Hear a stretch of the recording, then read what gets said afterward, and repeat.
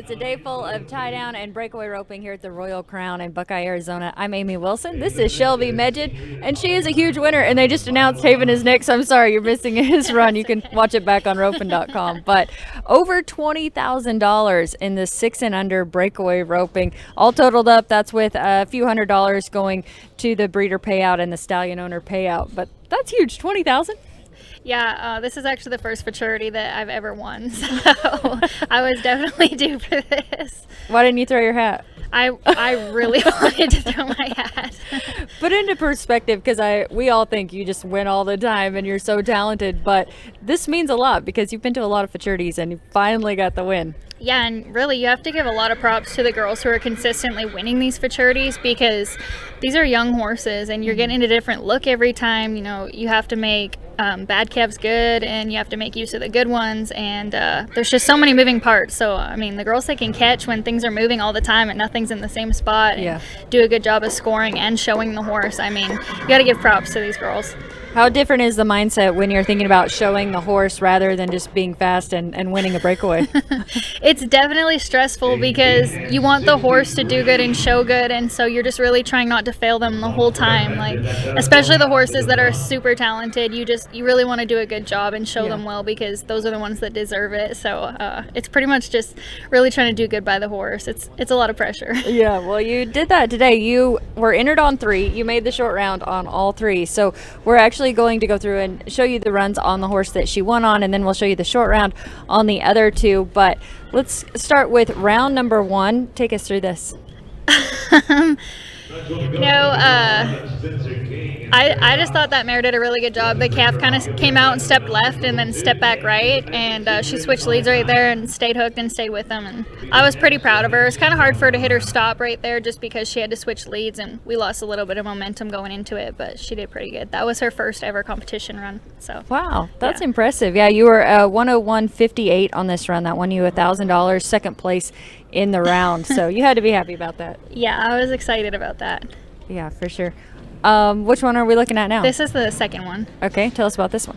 This one was tricky. They let the first calf out, he fought the chute, and then they ran this little Hereford in, and I thought, oh shoot, surely Hereford's going to just be a good calf, and he kind of took off and then was a little dirty and stepped under us and kind of took a bad shot. I should have moved my horse over instead of throwing over her neck, but she did pretty good. 100.17 on this run. You were 8th in that round, and so then came back second high call and were able to get the win. We're going to take a look now at the short round and take us through this. Right there they said that calf was just going to be medium, and kind of took off a little bit. I think I was a little bit late and just ran him down and tried to get him caught. I thought she did a great job. She was super confident on that run. I think that was her best run. She really hunted the calf and tried hard. She ran really hard and tried to hit her stop on that one. So I was proud of her, and she just got better each time. Yeah, even though that calf ran and you were a little ways down the arena, I thought it was such a cool run. She looked really good. Yeah, I'm a huge fan of that mare. Yeah, so you ended up with a 100.32 on this run to give you 302.07 to win the entire rope, and we'll get to take one more look at it in slow motion. Any other comments on the winning run here today at the futurity? Gosh, I don't know. I think I was just sitting on my butt the whole time because I knew she was going to stop. I was a little bit nervous, so just had to stay in the buggy and catch the calf and let her do her thing.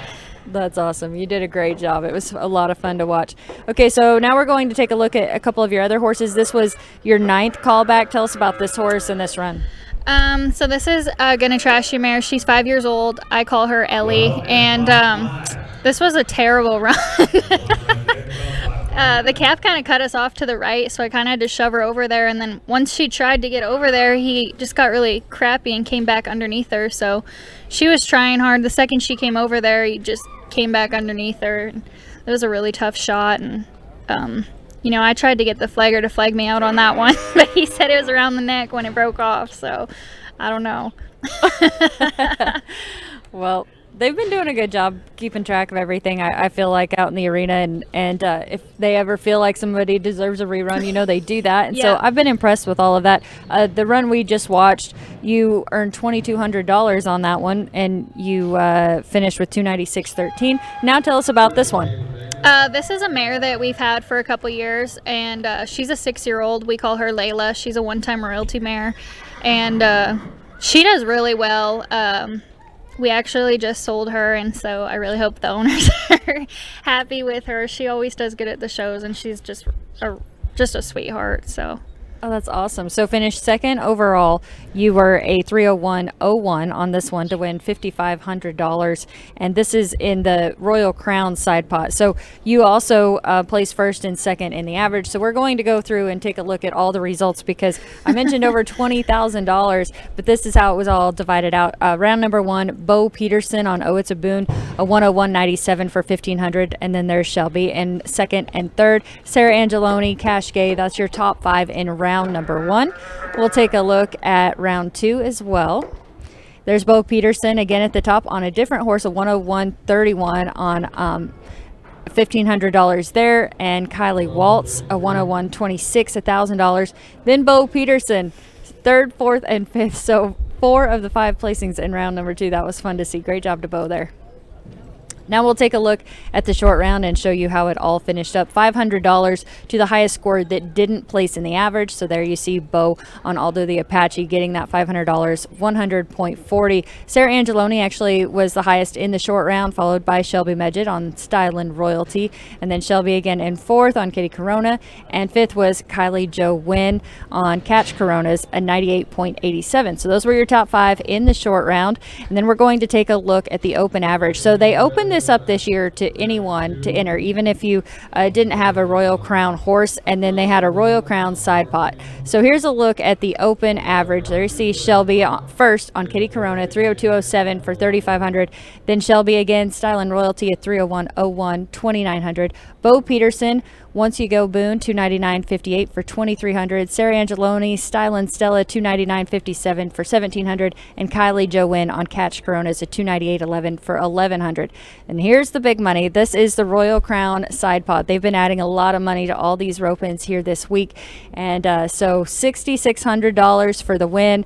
Also picking up $5,500 for Shelby. Bo Peterson in third, $4,400. Sarah Angeloni picks up another $3,300. And then Shelby finishes fifth with $2,200 there. So exciting to see this kind of payout and going through all the results, all the different breeding of horses. A big congratulations to all the owners and the breeders, the stallion owners, and of course the riders who were here today making this all happen and making it look a lot easier than it is and showing off these really cool horses.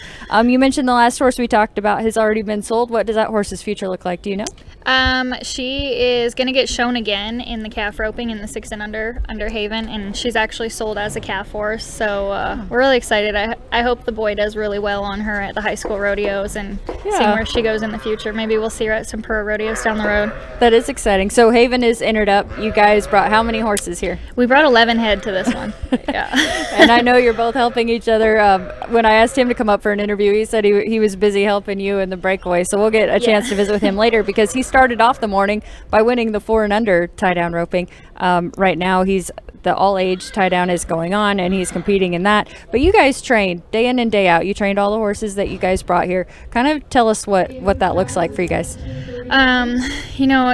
It's really honestly a lot of work, and it takes a lot of help. And we have 2 boys at the house. We have Chance and we have Tyler, and then I have my girl Audrey at the house. And so they basically lope horses and just bring them to us. And Haven and I'll ride anywhere from 25 to 30 head a day, and we just try and roll through them. And it does take a lot of help, and it's a lot of work. And we couldn't do it without everybody that puts in that work with us. Everybody's out there at 7 a.m. every morning, and we're out there as long as it takes, and so it's awesome. That's so impressive, especially considering how much you go and show and the rodeos and the jackpots that you make it to give these horses that competition feel. How do you do it all? Well, I felt like last year was kind of our worst year as far as kind of dropping the ball on our good horses and dropping the ball on the futurity horses, and it was kind of hard for us to find a happy medium. We kind of just did an average job at both. So I told Haven we either need to figure out how to be all in and do the best job possible at both, or we're going to have to drop one. And so, this year it's just been earlier mornings and it's been later nights, but it's been completely worth it. And we decided we wanted to be all in at both. So it's definitely been a lot more work, but I guess it's definitely been rewarding so far.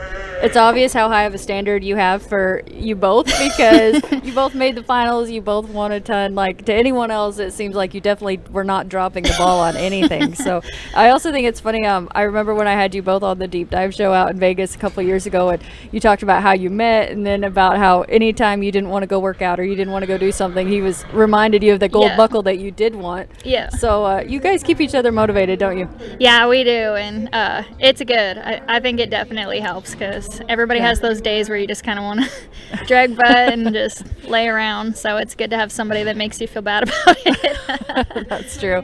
The last time I saw you, it was at a weeknight jackpot in Texas. You guys were both all bundled up, which I think is funny because he's from Montana and you're from Canada. Yeah. And I didn't think it was that cold, but this has to feel good to be in Arizona. Oh my gosh, it's gorgeous. We brought like super heavy blankets for all the horses and everything, and I think they're just super hot over this, so it's beautiful out. Yeah, the weather is great. Your family is also here, so how special did that make it all? Oh, so special, and it's just really cool because we get to showcase all of our hard work. You know, our family are the main people that we care about watching us and their opinions, so, you know, I feel like they're the only people sitting up there watching right now, and it's just really cool for them to see what we've been working on.